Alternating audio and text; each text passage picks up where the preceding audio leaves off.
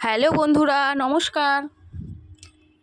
আবার চলে এলাম নতুন একটা রান্নার রেসিপি নিয়ে। সম্পূর্ণ নতুন একটা রেসিপি আমি আজ বানিয়েছি। এই গরমের সময় কাঁচা আম দিয়ে খেসারির যে ডাল হয় সেই খেসারির ডালের বড়া টক বানিয়েছি। মেদিনীপুরের বিখ্যাত সেই ডালের বড়ার টক একবার অবশ্যই বাড়িতে বানিয়ে খেও, দারুণ খেতে হয়, সুস্বাদু খেতে লাগে। দেখো, এখানে আমি খেসারির ডাল 200 গ্রামের মতন ভিজিয়ে রেখে দিয়েছিলাম 3-4 ঘন্টার মতন। রেখে দেওয়ার পর ভালো করে একটু চটকিয়ে চটকিয়ে হাত দিয়ে ধুয়ে নেবে। দেখবে ওর যে একটা হলুদ হলুদ জল সেটা বেরিয়ে আসবে। ধোয়া হয়ে গেছে, 2-3 বার ধরে ধুয়ে নিয়েছি। তারপর আমি একটা মিক্সার বলে হাফ হাফ করে বেটে নেব। প্রথমে হাফ তুলে নিয়েছি আর দেখো হাফ বেটে নিয়েছি। ও ফোনটাতে সিরিয়াল আছে জানো, ওই ফোনটাতে হ্যাঁ সব তো বিরাট।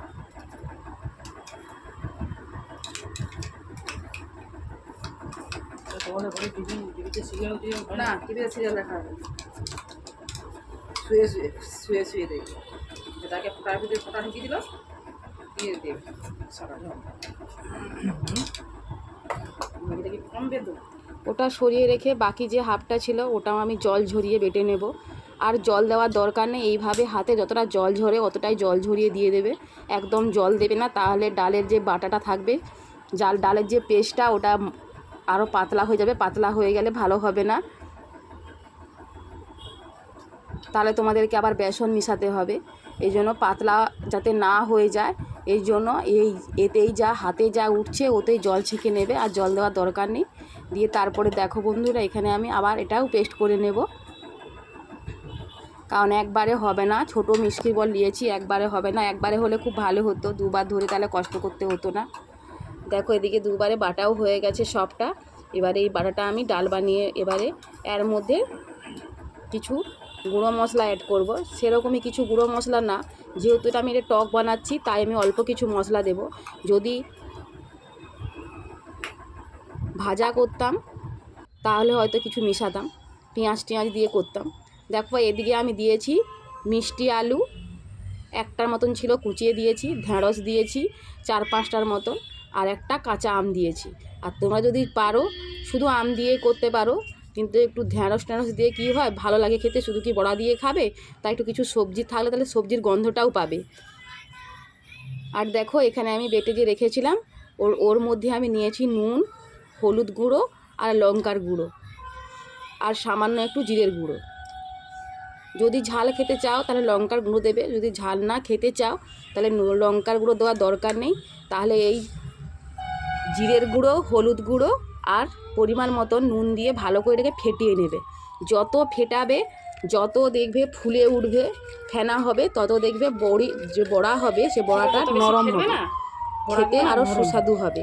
আর না ফেটিয়ে করলে বড়াটা শক্ত হয়ে যায়। দেখো যত ফেটাবে একটু জিনিস দেখবে অনেকটা হয়ে যাবে।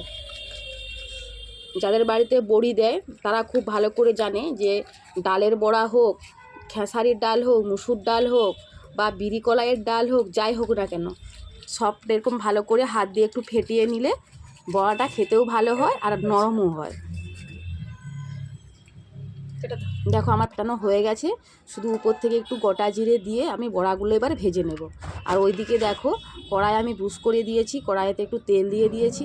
তেল দিয়ে আমি বড়াগুলো এবারে আস্তে আস্তে করে হাত দিয়েও দিতে পারো, চামচ দিয়েও দিতে পারো, তোমাদের সুবিধা অনুযায়ী। এবার দেখো আমি এখানে হাত দিয়ে একটা একটা করে বড়াগুলো আমি কড়াইয়ের মধ্যে দিয়ে দেবো। আঁচ কিন্তু অল্প আঁচে রাখবে, তাহলে বড়াগুলো চুঁয়ে যাবে না, লাল লাল করে ভাজা হবে। আর সঙ্গে সঙ্গে উল্টাবে না বন্ধুরা, তাহলে বড়াগুলো ভেঙে যাবে। আগে একটু ভালো করে ভাজা হয়ে যাক, দেখতে পাবে যে সাইড থেকে ছেড়ে যাচ্ছে, তারপরে উল্টাবে। এটা আমাদের মেদিনীপুরে খুব বিখ্যাত, মেদিনীপুরে খুব খায়। ডালের বড়া দিয়ে টক, বা ডালের বড়া দিয়ে পান্তা ভাত, বা ডালের বড়া দিয়ে টক বানিয়ে খায়। পেঁয়াজ লঙ্কা বেশি করে ঘন ঘন পেঁয়াজ লঙ্কা দিয়ে ভাজা করে রাত্রেবেলা, দুপুরে জল দেওয়া ভাত করে রাত্রিবেলায় বড়া ভাজা জল দেওয়া ভাত খায়। দারুণ খেতে হয়।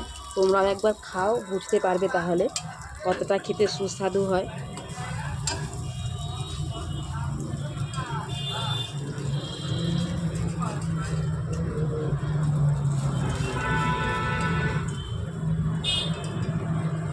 আস্তে আস্তে করে তোমরা যদি পারো, আর একটা ভালো, যদি পারো তাওয়াতে তাহলে ভেজে নিলে তাহলে গায়ে গায়ে লেগে যাবে না। আর আমার কড়াইটা যেহেতু একটু ছোট, একজনের রান্নার কড়াই, তাই জন্য দেখো আমি একদম খুব সাবধানে সাবধানে করছি যাতে বড়াগুলো না ভেঙে যায়।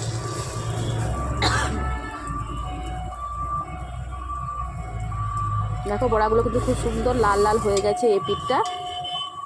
এবার ওই পিঠটা ওরকমই লাল লাল করে ভেজে নেবে।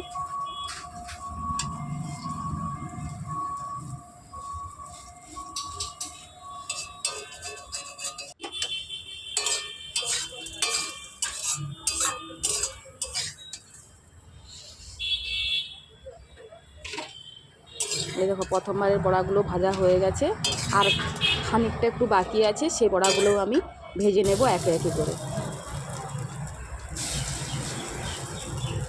কে কে কোথা থেকে আমার ভিডিওগুলো দেখছো অবশ্যই একটু কমেন্টে জানাবে, কমেন্ট বক্সে। কারা কারা মেদিনীপুর থেকে দেখছো তারাও অবশ্যই কমেন্ট বক্সে জানাবে। কারা কারা এই বড়ার ডালের টক খেতেও ভালোবাসো বা বড়া ভাজা খেতে ভালোবাসো, খেসারির ডাল হোক, মুসুর ডাল হোক, যাই হোক, তাহলে সেগুলো একটু কমেন্ট বক্সে জানাবে। তাতে আমার আরও ভিডিও দিতে আগ্রহ হবে, ভিডিও দিতে আমি আগ্রহী থাকবো।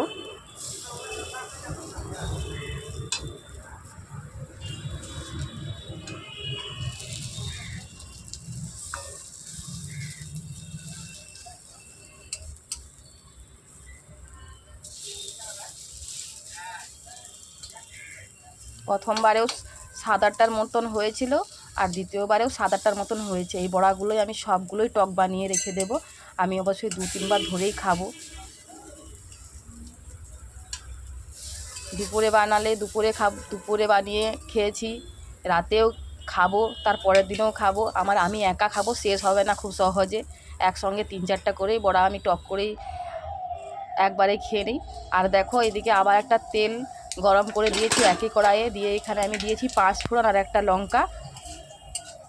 5 ফোড়ন আর লঙ্কাটা ভালো করে ভাজা হয়ে এলে ওর মধ্যে যে আমি সবজিগুলো কেটে রেখেছিলাম সেই সবজিগুলো আমি দিয়ে দেবো। কাঁচা আম আর সব সবজিগুলো দেওয়ার পরে ভালো করে নুন হলুদ দিয়ে ভালো করে কষিয়ে একটু ভেজে নেব, যাতে দেখবে ঢেঁড়সের লালা ভাবটাও চলে যাবে, আর আমের যে আঠালো গন্ধটা সেটাও চলে যাবে।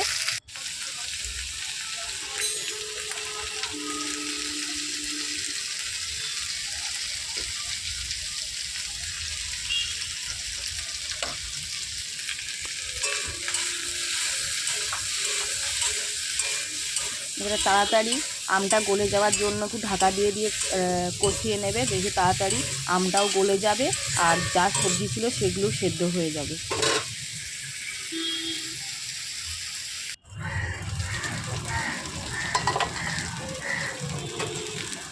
দেখো এটা ভাজা ভাজা হয়ে গেছে। এবারে আমি সামান্য পরিমাণ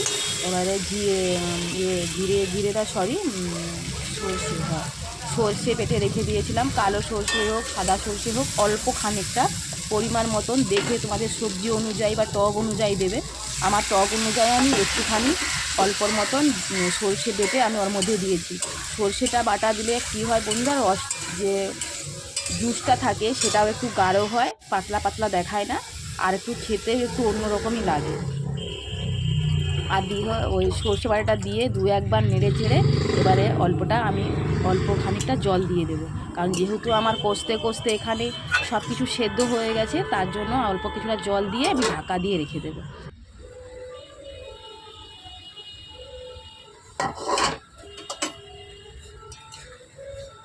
ঢাকা দিয়ে 1 ফুট হওয়ার পরে দেখো আমি ঢাকনাটা খুলে দিয়েছি, তোমরা দেখতেই পাচ্ছ। আর একটা গন্ধ বেরাবে, আমের টকের গন্ধ দারুণ, নাকের মধ্যে যখন গন্ধটা লাগবে দারুণ অসাধারণ গন্ধটা লাগে। আবার একবার ঢাকা দিয়ে এবারে ঢাকনাটা তুলে এই দেখতেই পাচ্ছ কি সুন্দর সেদ্ধ হয়ে গেছে, ঢ্যাঁড়সটাও সেদ্ধ হয়ে গেছে, আমগুলোও গলে গেছে। এবারে ওর মধ্যে আমি একে একে যে বড়াগুলো ভেজে রেখে দিয়েছিলাম ওই বড়াগুলো দিয়ে দেবো। বড়াগুলো দিয়ে বেশিক্ষণ রাখবে না, তাহলে বড়াগুলো ভেঙে যাবে, একদম গলে যাবে। যেহেতু এমনি নরম হয়েছে, তারপরে আবার জলে সেদ্ধ হলেও গলে যাবে, তার জন্য বেশি আর গোলা দরকার নেই। এমনি বড়াটা দেওয়ার পরে আর একবার ঢাকা দিয়ে দেবে, আর একবার ঢাকনা দিয়ে খোলার পরে যেটা থাকবে ওটাই নামিয়ে দেবে। যদি তোমরা বেশি জুস খেতে পছন্দ করো তাহলে একটু বেশি করে জল দেবে। বড়ায় কিন্তু জুসগুলো টেনে নেয়, কারণ বড়া তো শুকনো এমনি, ও কিন্তু জুস পুরো টেনে নেবে। আর দেখো এদিকে রান্না কমপ্লিট হয়ে গেছে। কথা বলতে বলতে দেখো কতটা সুস্বাদু হয়েছে, কতটা দারুণ হয়েছে। তোমাদের যদি ভালো লাগে অবশ্যই লাইক কমেন্ট শেয়ার করবে সবাইকে। আর যারা নতুন বন্ধুরা আছে তারা অবশ্যই আমার চ্যানেলটা সাবস্ক্রাইবার করে দেবে, যাতে আরও নতুন নতুন রেসিপি আমি তোমাদের সাথে শেয়ার করতে পারি। সবাই ভালো থেকো, সুস্থ থেকো। দেখা হবে আবার যে কোনো পরের রেসিপিতে আগামীকাল। নমস্কার।